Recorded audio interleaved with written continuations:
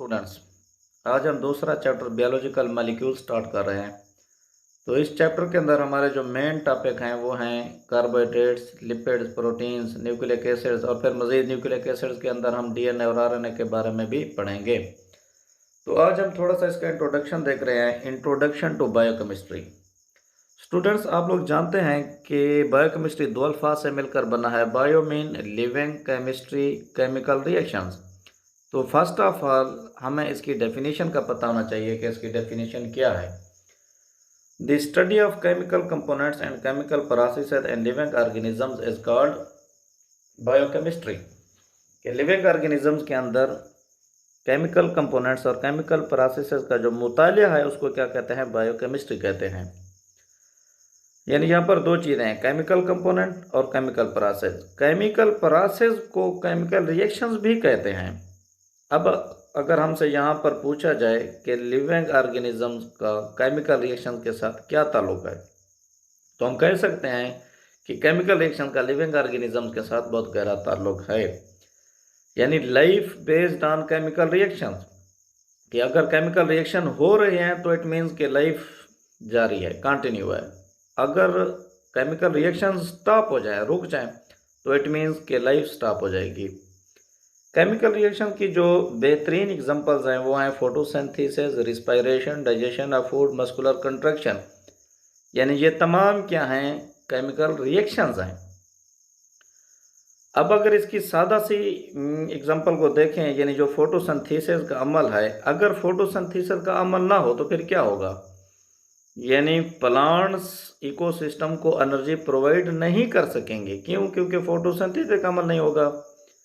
तो इसका मतलब ये है कि फोटोसिंथेसिस इकोसिस्टम में एनर्जी को फिक्स करते हैं। कौन सी एनर्जी को? यानी लाइट एनर्जी को केमिकल एनर्जी में फिक्स करते हैं।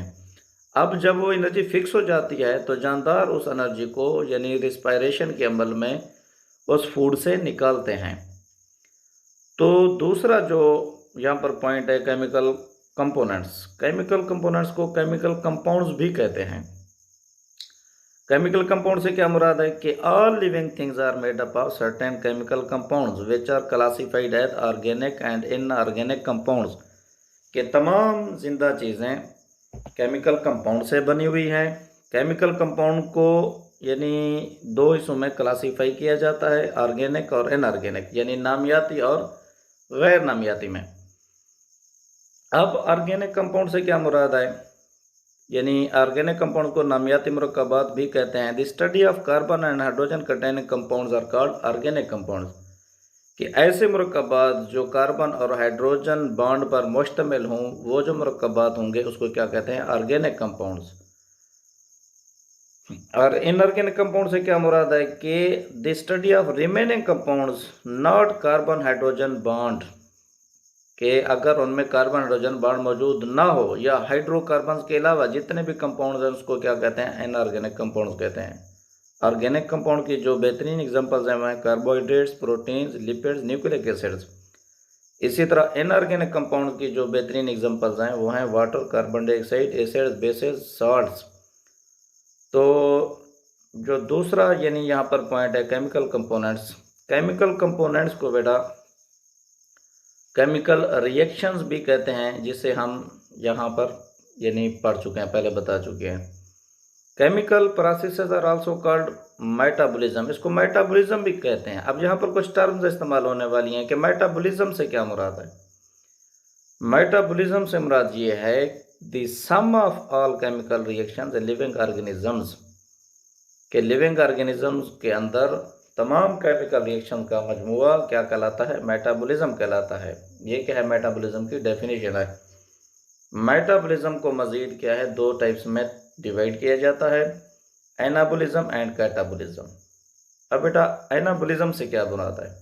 Anabolism is a constructive process. Constructive mean कि ये एक तामीरी अमल है जिसमें कोई चीज़ बनाई जाती है।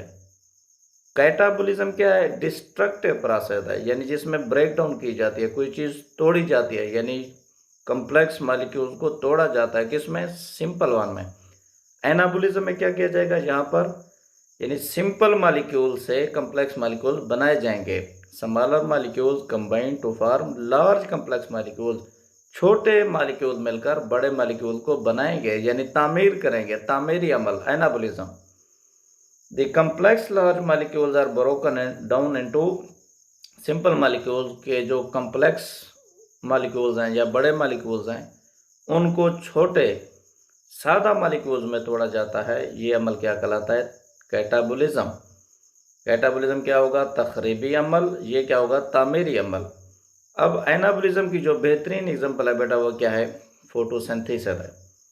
अब जानते हैं कि फोटोसिंथेसिस प्लांट्स के अंदर एक केमिकल रिएक्शन है जिसमें जो छोटे मालिक्यूल है, अब ये क्या है? छोटे molecules, carbon dioxide plus water, light की मौजूदगी में और क्लोरोफिल की मौजूदगी में ये क्या करेंगे कि एक केमिकल रिएक्शन होगा। इसके नतीजे में क्या बनेगी? खुराक। कौन सी शक्ल में? ग्लूकोज की फॉर्म में। ये क्या है बेटा? ग्लूकोज प्लस ऑक्सीजन यहाँ पर बाई प्रोडक्ट के तौर पर बनेंगे और वाटर मालिक्यूल्स भी बनेंगे। अब यहाँ पर प्लांट्स क्या कर रहे हैं? प्लांट्स लाइट एनर्जी को किस में कन्वर्ट कर रहे हैं? केमिकल एनर्जी में। अब यहाँ पर एनर्जी स्टोर हो चुकी है, ज़ख़ीरा हो चुकी है, यानी यहाँ पर एनर्जी इज़ रिक्वायर्ड। जब फोटोसिंथेसिस का अमल होगा तो यहाँ पर एनर्जी ऐड होगी, ये एनर्जी ज़रूरत होगी। जो कैटाबोलिज्म की एग्जांपल है बेटा वो क्या है? रिस्पायरेशन है। रिस्पायरेशन के अमल में क्या होगा? ये कम्प्लेक्स मालिक्यूल है। ये क्या है कि इस कम्प्लेक्स मालिक्यूल को क्या किया जाएगा? ब्रेक किया जाएगा। किस में? सिंपल मालिक्यूल में, कार्बन डाइऑक्साइड प्लस वाटर में।